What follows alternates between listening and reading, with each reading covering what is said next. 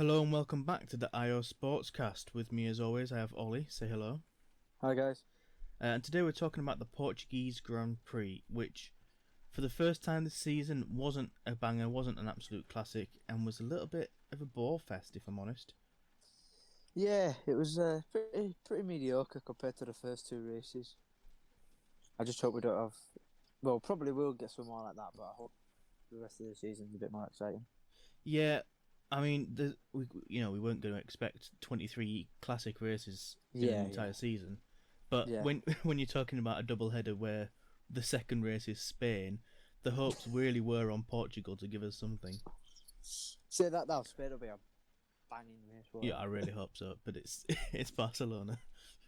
Hey, well, they've made some changes, haven't they, to the track? So It's true. That's true. We'll see what effects they have. yeah, But yeah, this week we're talking about Portugal. We're gonna start with our ratings before we get into the details. So we're gonna start with an overall race rating and then best driver, worst driver. So race rating, I'm gonna give it a 5. It had moments where some really good overtakes happened, and it's a track that allows for that. But overall, it was a little bit of a bore fest. yeah. I'd give it a 4.5. As you said, there wasn't really many overtakes, and it was just the same front three. Yeah, it was very much the old Formula One style where you had the top teams just in their own thing, then the midfield, and then the back teams. It's not really one division of Formula One anymore, is it? No. Best driver. This was really difficult for me to pick. I've gone for Fernando Alonso just because he did come through the field fairly well. There was a couple of good overtakes, and he just drove a solid race. I'm going to give him like a 7. I don't think there's really any like Lewis's race was fairly good, but you expected that from Lewis Hamilton. You expected him to be there fighting for the win. You expected him to do some good overtakes. But Fernando Alonso, I think he's not really settled down into his Alpine at the minute, and I think this race was pretty solid from him. Where did he finish? Alonso finished P8. Right. For me, best driver, I would probably say. I'd go for the easy. I've got two in my head. I have Lando because didn't he start 7th or something? Finished 7th 5th. or 8th, yeah. Yeah, he finished 5th, but he had a quiet race. Or the normal one would just be Lewis Hamilton because obviously he's Lewis Hamilton. I'd probably go for Lewis. I'd give him a 7. Obviously not special. I know he did two good overtakes, one on Verstappen and one on Bottas. But apart from that, he had a trouble-free race, and yeah, I'd give it to Lewis. Fair enough. Worst driver. I'm really struggling with. Part of me wants to give it to Mazepin because he finished so far behind Mick Schumacher, and Schumacher was like actually fighting with the Williams and could show off his pace. Yeah, he was battling against Latifi, wasn't he? Yeah, and beat Latifi actually overall. But I also kind of want to give it to Russell. He started P11 and had a fantastic opportunity to get into the points and just kept going backwards during the race. Now, he might have had an issue with the car or the tyres just not working, but it just felt like a major disappointment. I think I'm going to give it to Russell. Ooh, just sheerly on expectation. Like we expect Mazepin to be at the back. That's expected, and it is disappointing. He's like over a minute behind, but Russell starting P11. Like he's shown this year that Williams can fight, and he got nothing out of that. I don't know if it's how it was set up for Portimao or what, or whether he had any issues or whatever. Yeah, I don't know what what issues he may have had. I think it was just the tyres probably just didn't get going. Yeah. But I mean, you look at the likes of like Lando Norris and Charles Leclerc getting the absolute most and more out of their car. Like Russell in the first couple of races has been doing that. Like he was fighting with Bottas, last time out. Yeah, before he had that accident. Yeah. But this race he just kept going backwards and, like at one point, was fighting with his teammate and losing the battle, which we've not seen that, like ever. Yeah. No, No, so yeah, I don't I'm know. going to give it to Russell. I'm going to give him like a 3.5, maybe a 4 out of 10. He's just very disappointing. Just very. That's what's done it for me. He was expected to do so well. Yeah. I'm gonna be different to you. I'm not gonna give it to Mazepin. Interesting. For once, I'm gonna give it to Kimi Räikkönen. For his schoolboy error. Yeah, for his schoolboy error, because it was after. I think it was after the safety car restart. I think it was. Oh no, that is what caused the safety car, wasn't it? His accident. But yeah, it was like the most experienced man on the grid, and he's made an error you'd expect a rookie to make. Yeah. But yeah, I'd have to give it to Kimi just for that, just for the mistake. I'd give him about a 3. I'd like to see what he'd done if he hadn't have had that accident. I'd probably give it to Mazepin. But obviously, in the end, he didn't finish. So for me, it's got to be Kimi. Well, let's actually stay with Kimi. Given that was the end of lap 1, start of lap 2 when that incident happened. So let's start there. Last time out with the Russell Bottas incident, we said it was a racing incident, and while while we disagreed about percentages of who were at fault, we were sort of saying Bottas played a part in it. So I'm going to throw the question out: did Giovinazzi play a part in this one, or was it just Raikkonen not getting out of the way? I think it was just Raikkonen not getting out of the way in time. So they're all, obviously it's the start of the race. They're all pretty close pretty close to each other. And I think he was just like trying to get in his slipstream and then pull out, cool his car, but he didn't pull out far enough. And he obviously broke his front wing. Yeah, wasn't he? An incident. Wasn't he on the left-hand side of the track? Like, wasn't he right up against the edge of the track? Like, I think he was like in the middle-ish, and then obviously Kimi pulled out. Yeah, that's what I mean. Kimi pulled out and onto the left, but I don't think Kimi could have gone any further. Yeah. So at that point, he might have been able to go a little bit further. Right. Okay. But yeah, without watching. I've only seen it a couple of times. Yeah, I only saw the race replays of it. Yeah, I was in my head. I'm trying to remember whether, did Giovinazzi start coming off to the left to fend Kimi off as well? I don't think so. I don't think he did. I think he was in the slipstream of whoever was in front of him, and obviously Kimi was in Gio's slipstream. Yeah. And then he just pulled out.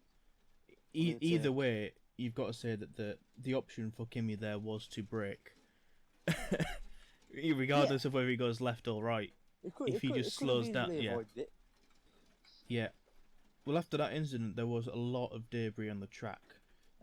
Full safety car was called, and initially the safety car went through the pit lane for a couple of laps. Around lap 4, 5, the safety car had been out 2 or 3 laps, and then the safety car was allowed to use a straight again. Which I thought was interesting, because if the safety car is using the straight, then it must be fairly clear. Exactly. And that's what the commentators were saying is, why we're not going racing if it's clear for them to travel through. But then there was some radio for Lewis Hamilton. Now, I watched the F1 TV stream, not the Sky Sports stream. So while I caught the commentary, there might have been different radio going on. So I don't know if you heard this. Right. But Lewis Hamilton got a message saying that there's still debris on the left side of the track for the restart, which suggests to me that they knew that there was going to be debris still on the track. So my question is, why did the safety car then start going down the pit lane? And at what point does Michael Massey say, having debris near the side of the track is safe, and at what point is it dangerous? Yeah. It just depends how big the bit of debris was. If it's little tiny bits of carbon fibre that you can't pick up, then if it's then obviously I'd understand it. But we don't know Yeah. how big the bits of debris were. There could have been little tiny pieces. Yeah, I'm assuming we don't that know. the vast majority of the big pieces got picked up. Like half of Kimi's front wing was trapped under his car, so I'm assuming they've got that. Yeah, the other half, it went flying in the air, didn't it? You did, yeah. Onto the track, so they'll move that, but it's just all the little pieces they probably couldn't pick up or sweep up or whatever. Yeah.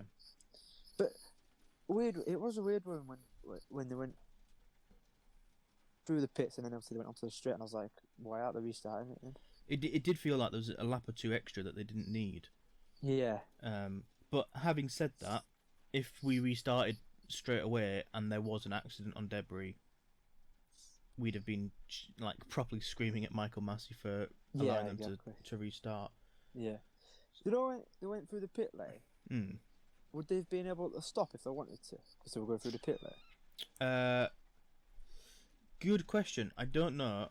I don't see why, because I didn't hear anything saying the pit lane was closed, so I don't see why you wouldn't stop. And you wouldn't have gained much time compared to if the safety car had just gone out to the normal track anyway. Yeah. Like they're still going slow, so you wouldn't have gained that much more time. Yeah, I don't see why they couldn't, but I also don't know if there's a rule against that. Yeah, that's why I didn't know. That's why I asked. I just thought I'd ask us. I know you can normally if it was. It is an interesting. Actually, it's an interesting thing. Because that would be a decent way to get rid of. Like having to do an extra, like if we had this discussion. The safety car is how do we get lap cars round to the back of the grid faster? Now, obviously, we're saying the fairest way is for them to do the extra lap for fuel and things like that, and tyre wear. You want them to actually do the extra lap. But if the cars were going through the pit lane and a team, say George Russell was running in, P2 because, positionally, because of the safety car, but he's actually 17th, but he's just second on track. If Williams, through the pit lane, they could exactly, if they just held him in the pit box and then released him. He's at the back of the track, so then what happens? He's in position, but he's not technically unlapped himself. Yeah, it could raise quite an interesting question. I don't know. Yeah. I don't know. I'd like to see someone try that. Just be curious to see how they handle that. Yeah, exactly. See what happens. But we did eventually get restarted. Yep. And it was Bottas was leaving it late. Bottas left it. Because the safety car was in as we were coming around the last corner. And obviously you go up the little hill. And it was as we went around the last corner, it was green. Yeah, Bottas left it fairly late. Couldn't go till the line. I don't think he left it. I don't know if he left it right to the last minute because it sort of caught Lewis out. So I assume that Lewis got overtaken by Max. Yeah. I think Lewis might have thought, oh, he's really, really taking this to the line, but then didn't. And Max got past Lewis, and there was a little moment of joy for me there. Like, I'm a Lewis fan. I'm not a Max Verstappen fan, but I was just like, finally, he's got past Lewis, and there's actually a chance now that he could go on for bigger and better things. Yeah. You had Perez. Perez was really struggling at the start, but he got to P4, and then you were like, this is actually like a 2-team battle now. Yeah, exactly. And the strategy thing comes in, like, because recently it's still been 2 Mercedes and 1 Red Bull, but actually now you've got like 4 cars fighting it out at the top. Of course, that didn't happen, and within like 2 or 3 laps, the top 3 had got a 5-second gap to Perez as well, which was crazy. And then Hamilton was catching. Well, the lap. Yeah, the lap after, I'm gonna jump in is that Norris then got past Perez, and I thought that was just a normal overtake until 4 laps later, and Perez is down on the team radio saying that Lando went through track limits to overtake him. Now, I know there's a delay between when the drivers say a radio message and when it gets played out to TV. Yeah. But 4 laps gap is not normal, I don't think. No. Surely Perez was actually on the blower straight away. And eventually, I think it took another couple of laps, but eventually Lando did give him back the place, or Perez overtook him normally. I didn't actually see the move happen. I think Perez overtook him normally by the looks of things. But Perez got the spot back, and there wasn't anything done for Norris. No. It just seems like a bit of a strange that it wasn't even investigated. There was no response really from the team about it. It was just a bit of a strange one. Yeah, it was. I don't. It was just. Yeah, it was a bit weird because they didn't really make out of it, as you said. They didn't really like. There was no investigation, or they didn't really bring it up after that radio message, and then it was just one of them things. Yeah, It's typical Red Bull, isn't it? Straight on, as soon as all bad happens, they're straight on phone. Yeah, and I don't blame them. Directors, and you're like, when you're talking about a title battle that is going to be this close, yeah, you know, Red Bull are going to need to take every single decision up a level as fast as they can. I know, but I mean, like, you don't see other teams like doing what Red Bull do. Like, as soon as something happens, always boom, within a nanosecond, he's on radio to his team. Yeah, and it's one of those strange ones where maybe they're just getting it aired more often. I'm sure all of the teams are actually in communications with the race director much more than we hear. Yeah, it's a bit like in football when there's any sort of slightly incorrect decision, all the coaches and managers are straight to the fourth official complaining. yeah. Like that happens several times during the game that we don't actually see every single occasion. So I'm sure Mercedes are on the are on it as well. Yeah, but most of the time, 9 times out of 10, it's mainly Red Bull. But it is Red Bull that you hear from, yeah. But they would definitely have been looking at something untoward when Lewis managed to get past Verstappen. Obviously, nothing happened. Verstappen just lost ground coming out of turn 14. 14. Yeah, he was in front one, and then he had a little bit of a slide. Yeah, just lost a bit of grip. Wobble. And then Hamilton was like, "See you later." Straight down the straight, close enough, and fantastic move. But actually, both Lewis's overtakes around the outside were pretty damn good. The one on Bottas was better. When he hung it round the outside of turn 1. It was very nice. We'll get onto that in a minute. He's not when he overtook him, I was like, he's not gonna keep it on track, but he just. Yeah, it did feel like he's just gonna run off at turn 2, didn't it? Yeah, exactly. Yeah. But yeah, Lewis got past Max into P2, and there was a gap that formed. It was a 2 or 3 second gap, and I was hoping that Max was just playing it safe. Lewis got very close to Valtteri, and there was a little bit of tussling going on. And I was thinking, actually, if I was in that position that Max was in, let them battle it out, and if they crash, you just pick the pieces up. You just thread the needle when they take each other out. He was far enough back that he wasn't getting too much dirty air, so he could save his tyres, and he was still in striking distance. But he was close enough that he was still going to get a tow down the main straight. So I think that was just safe driving from Max. I don't think it was necessarily that the Mercedes were 2 seconds faster. Yeah. He did alright, did Max? Yeah, I think he played a safe race, but that's what you needed, you know. When it was clear that he wasn't going to be able to catch Valtteri, it was hold on for P2, and then he had his mistake, and then it was just get as much out of it as you can. Yeah, finish as high up as possible. Yeah. when Lewis overtook him, he just shot off towards Valtteri. Then didn't he? He was like had Valtteri in his sights. Yeah. Once Lewis got past Max, there was a little bit of a breathing period for Max, which was the correct way to do it. Yeah, exactly.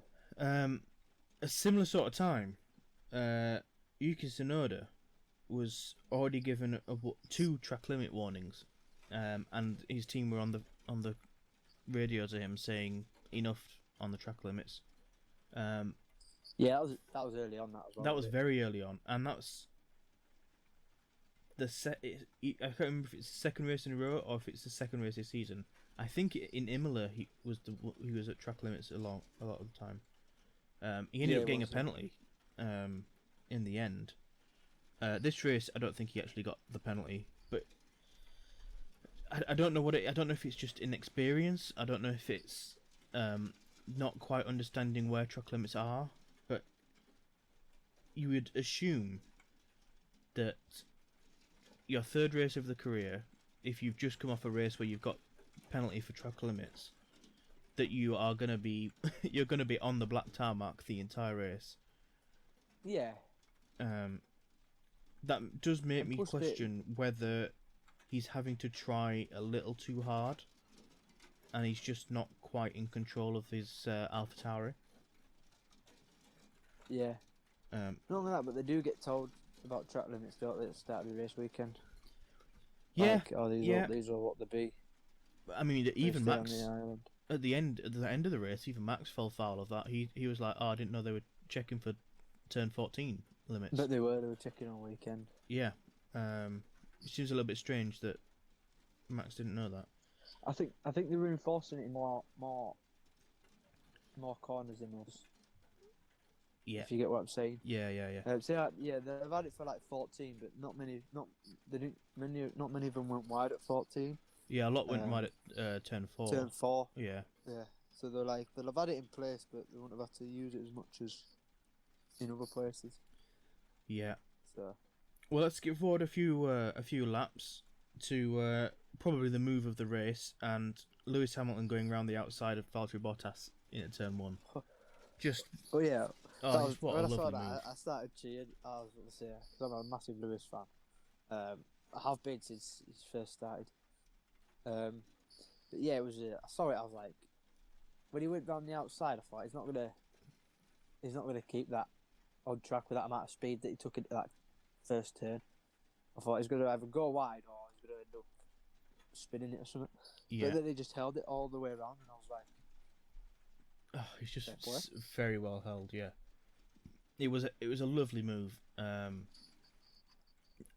mean, while we want Lewis to do well, like, we're British, we're fans of British drivers, we want the British drivers to do well. As a Formula 1 fan, when you see Lewis get past Valtteri, you're like, well, that's game. May as well switch off now. Yeah. Especially when a lap later, Lewis has already got like a 1.5 2-second lead. That felt like the moment where actually the casual fan should have switched off. Yeah, and then the typical Lewis came out saying, "Oh, my tyres are shot," and then he just started pumping in fastest lap again. It's like, oh, he's come up with different words to use now. Yeah, I mean, yeah, he pumped in. He was coming up with different things. I was like, oh. He pumped in Lewis. 2 or 3 fastest laps on shot tyres. Yeah, he's definitely got some sort of code word with Bono for each race. You know, because there's like tyres actually dead and wanting teams to think his tyres are dead. I'm sure there's something going on there, because it happens so often that there's a call 4 or 5 laps before they actually die, where he suddenly starts setting, almost like this is another word for hammer time. You've got 5 laps and then they're gonna die and they come in. Yeah. Now, right code, he'll be using, now he didn't actually come in until like lap 37, 38, somewhere around there. So actually, he ended up doing almost another 20 laps. 18, 20 laps after he got past Valtteri. Yeah, exactly. So I don't know. I don't know what that code could have been. It could have just been, I'm unhappy with how the car is set up right now. I don't know why he couldn't just say that. Yeah, it's Lewis. He's playing mind games with the other teams because Yeah, they could all hear everyone's radio started. So that's true. like, That's true. He'll probably know what will be broadcasted and what won't be broadcasted. So Yeah, there was that was the sort of the start of the pit windows for the guys on softs. Sainz, I think, was the first. The likes of Oris, Ocon, Vettel, Giovinazzi, Gasly, all sort of came in around the same sort of lap times, and it was just jostling for position while the pits sorted themselves out. There's a radio message from Valtteri's team to say that he wasn't safe to Perez. That should Perez pit if there's a safety car. Yeah. Just nothing happened in that little middle section really. There were a few little overtakes. I think the only move around this time that was of any note was Leclerc getting past Sainz for P9, which on the replay looked like Sainz just gave in. So I think there might have been a call for Leclerc to go through. Sainz definitely did not have the pace that race. Again, a bit like Russell, I don't know whether that was just a setup thing or his tyres just didn't work, but Leclerc definitely had the pace. And if that was a legit overtake on Sainz, that's really worrying. That I understand why Sainz wouldn't put up a fight necessarily in that situation, but like that was just so easy. Yeah, it was. Do you think there was a team call that went on? Probably because if Leclerc's faster, you're gonna. It's just like with Ricciardo and Norris in Imola. Norris knew he was faster, and they swapped him around. But yeah, I reckon there was because where did Sainz finish in the end? Was it like 8th or something? P11. P11. Yeah. Wow, I thought he finished in the points. Leclerc finished P6. Ah, right, yeah. There was something somewhere going on. Probably team orders or something like that. But yeah, I don't know. They've had a good start for Ferrari so far this season. Yeah, they've had a very strong start and they had for Ferrari. Two double point finishes. Yeah, and then obviously it's... Yeah, but spearheaded very much by Leclerc. He is definitely getting a phenomenal amount out of that car. Yeah, well, probably because he's been in that car longer than Sainz. Obviously, Sainz is new to probably still getting used to it a little bit. Yeah. I'm sure in time Sainz will become maybe not equal in performance, but definitely an obvious teammate, second man. I would have just liked Sainz to go there and just have a very strong start, and at the minute it's not quite happening. A bit like Daniel Ricciardo at McLaren. I'm sure by the time we get to the likes of Austria and Britain, that it'll all be sorted. Like a few races in, they'll probably get. And Sainz's home races. Sainz's home race is coming up next week, so that's Sunday. Of all the races to actually start having a good set of results. Yeah, you want it to be at home race, don't you? Yeah, it will be interesting to see this time next week if we're talking about whether Sainz and Leclerc were fighting for the best of the rest, or whether Sainz is fighting for the last of the points as he was this race. Perez had an interesting strategy in all this. It was plan A plus 10. He went long. Well long. I was like, why didn't he pit like 50 something? He came in. Lap 51. I was like, what are they doing keeping him out so long? Yeah, obviously he had a massive gap, didn't he? He had a massive gap to Lewis, because obviously Lewis, Max and Bottas all pitted before him. Yeah. And then he had like a massive gap, and then I was watching the sector times and they were just plummeting. Yeah, like, so... he's going to catch him before he even pits. That radio message of plan A plus 10 came at lap 45, which is 6-7 laps after Hamilton and Bottas pitted. Maybe even 8 laps actually on Bottas. So you got to think that actually, let's assume that they did pit when they went on plan A plus 10. That would have still put Perez pitting 4 laps after Lewis Hamilton. On if that plan A is correct. Yeah. Which still feels very strange, considering the race that they were having. Like he was there in P4. He was the second guy. He could have played as part of the strategy. He wasn't actually too far back to be out of the equation. No, it wasn't, was it? But by leaving him out that long, they were sacrificing him for going for fastest lap. Like that. I don't understand quite what happened there with the strategy. Yeah, that's why they hit him in it for fastest lap. Yeah, but Red Bull got that wrong. In my opinion, they should have just put it in with Plan A as they were expecting to do at the start of the race. Yeah, just after Lewis and Max and Valtteri. Yeah, but yeah, he was good. Well, we know Perez is good at getting the best out of his tyres. He's probably one of the best.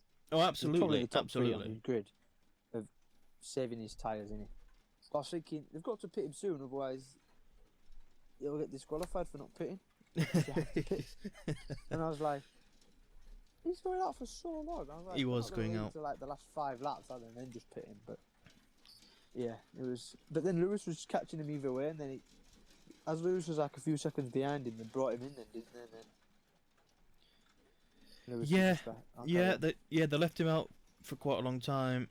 He actually got to the point where Perez was in the lead of the race and running around getting blue flags from against the back markers, which Nikita Mazepin seemed to just not want to move. He got 5 blue flags. 5 blue flags, and then moved out of the way, and didn't move out of the way in the best points on the track. Like, it feels like he just didn't help himself at all. He definitely compounded the issue, not just with Perez but with other guys as they were coming through to lap him. And he was under investigation for it, and very quickly was given a 5-second penalty for ignoring blue flags. I'm just going to assume, from inexperience in Formula 1, he panicked and thought he had a bigger gap. From what he did. But even so, he's not racing anyone. He's a minute behind his teammate at the back of the field. He's not going to lose out if he does just, at the very first blue flag, pull over and let him through. Yeah. Not only that, but his team should have been telling him to move out of the way. Yeah. Haas have a fantastic race engineer with Mick Schumacher. Like that, if you listen to some of the radio, he's so calm, isn't he?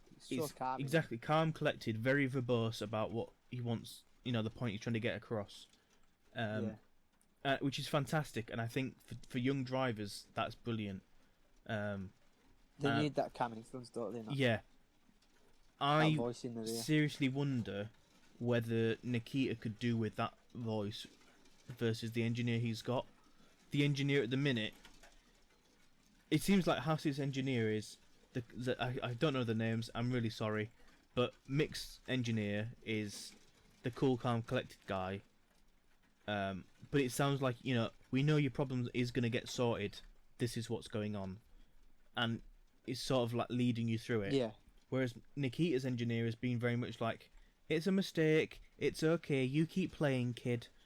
It doesn't feel like actually things are going to get solved. It feels like he's just like a substitute teacher just trying to get through the day. Yeah, just trying to get through the lesson. Yeah. So Nikita got his penalty for the incident with Perez. Bottas was losing power. I don't know what happened with that. There was a sensor that had come up somewhere. Yeah. Kind of sensor, and then they just defaulted it. I've written down exhaust temperature sensor. So at the start of qualifying, Bottas had to have his gearbox removed so they could fix a sensor, and then they had to rebuild the gearbox. And it was very close on whether he'd get out for Q1. Ooh. I wonder if it's the same sensors that are causing him an issue. I will say, however, Mercedes seem to have started sorting out the issues they had in testing. Yeah, This is the first. They had a few as well, didn't they, in Bahrain? Yeah, this is the first track where actually rear instability, with the wind and the undulations of the track, like if they hadn't have figured it out, they'd have been like spinning left, right, and centre. And it feels like actually they've got on top of it. They know what the issues are.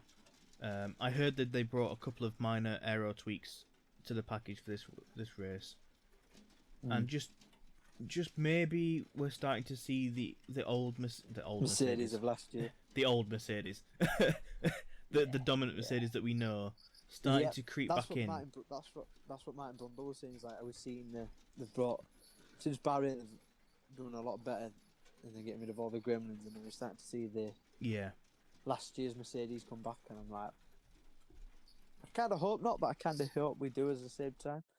But and then he mentioned that they've got a proper good Red Bull as well. That's probably why. Yeah, no, Red Bull improved a lot. Red Bull are definitely up there this year. I do wonder how long they're going to retain that. Is it that Mercedes haven't been on form? I guess obviously as the season goes on, we'll understand just how close the two teams are.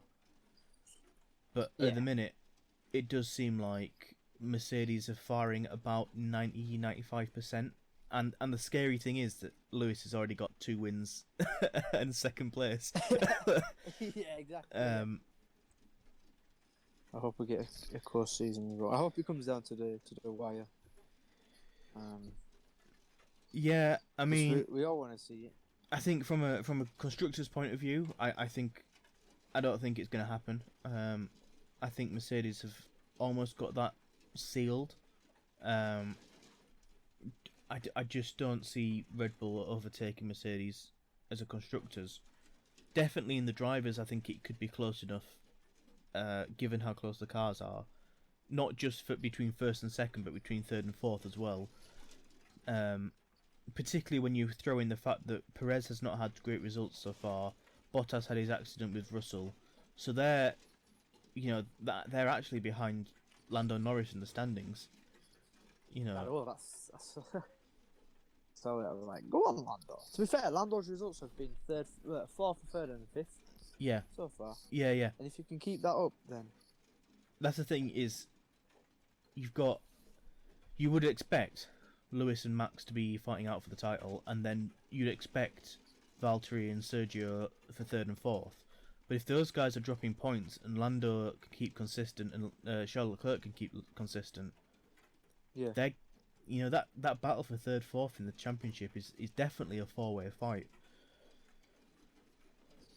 Yeah, exactly. Because the top 2 is nailed on. It's going to be Lewis and Verstappen. Top 2. Which is nice. It's nice to know that it's not going to be Lewis and Valtteri. Yeah. Isn't this Valtteri's worst start to the season or something? It was after 2 races. I don't know if it is after 3, but it definitely after 2 races was his worst start while he's been at Mercedes. Yeah. Because didn't he score what was it? Where did he come in the first race? Third with fastest lap. He had 16 points after 2 races. 16 points. Yeah, he had 16 points after 2 races. Mad. Yeah, well, the end of this race was very much just down to fastest lap. The Red Bull had sacrificed Perez. Perez came in a few laps later, set a fastest lap with a 20.6, which actually wasn't that fast compared to what Hamilton had done previously at a 20.9. Yeah, he was only 3 tenths off, wasn't he? Yeah. And Hamilton was on hard, and Perez was on. Yeah, and then Mercedes saw that, and they pitted Bottas. Bottas then went faster. Max came in, and there was a question at that point: if Max is coming in, should Lewis come in? And he said that, didn't he, on the radio? Yeah. Do you want to come in? Well, no, you say Max came in. Lewis said, should we? I think Bono then said, it's always worth a try. And then he just stayed out because he was like lap 65 when that came up. I was like, you're going to come in and not even Yeah, have but yeah. a I'm assuming there's a delay on the pit radio that Max coming in. You know, Lewis had time then. It was like 2 or 3 laps before that. Yeah, I'm sure that Lewis had time to come in. Who knows? Maybe in the Mercedes debrief video we'll find out just what actually went on. But he didn't come in, and it was down between Bottas and Verstappen. And at that point, I was like, oh great, so Max is going to get the extra point. How wrong was I? Exactly, got taken off him, didn't he? I was right for about 5 seconds. Because Bottas put in a 19.869. Verstappen put in a 19.849. So 0.02 of a second faster, which is and then he went wide at turn 14, didn't he? Or something like that. Yeah, and then like track 14 was when he got it deleted, and he didn't know until Paul Di Resta was talking to him. Yeah. So all for naught in the end. I think Max will be fairly happy with P2. You know, he was never really in a position to win the race, but you've got to say what could have been. You know, he could have easily dropped back when Lewis overtook him. He was in P3. That could have been it. He could have been P3 and nowhere near. But classic Bottas starting on pole and only and just getting a podium. I saw a stat before the start of the race. Hamilton has won his last 3 races starting from second. Yeah, Hamilton loves starting P2. 3. He's now 4 and 4. 4 and 4. Yeah. Which is crazy. That's a mad start, that. So Lewis Hamilton can either start on pole, as he qualifies so well, and win, or he can start P2 and give Bottas a bit of faint hope and win. Start P3, give whoever's on the front row faint hope and still end up winning. Yeah, I mean, he's just an unbelievable driver. Like, there's some crazy... He could probably start at the back and he'd probably end up winning. Some crazy... I mean, he's done it from, like, 14th before, 15th before.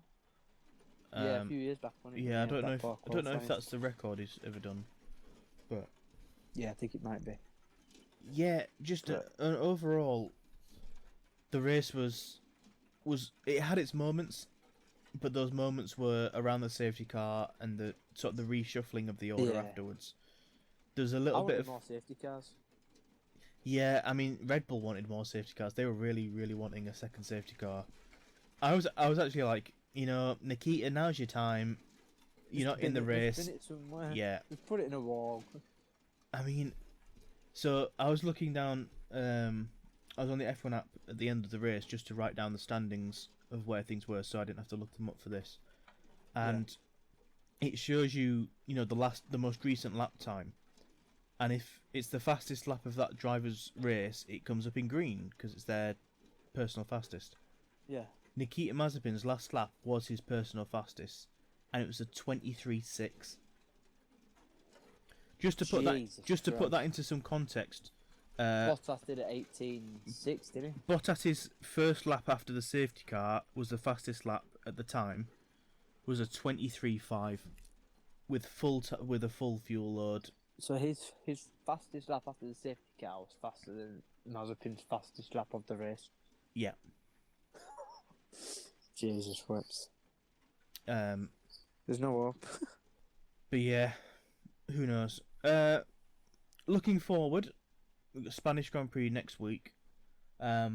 Rossi this week, innit?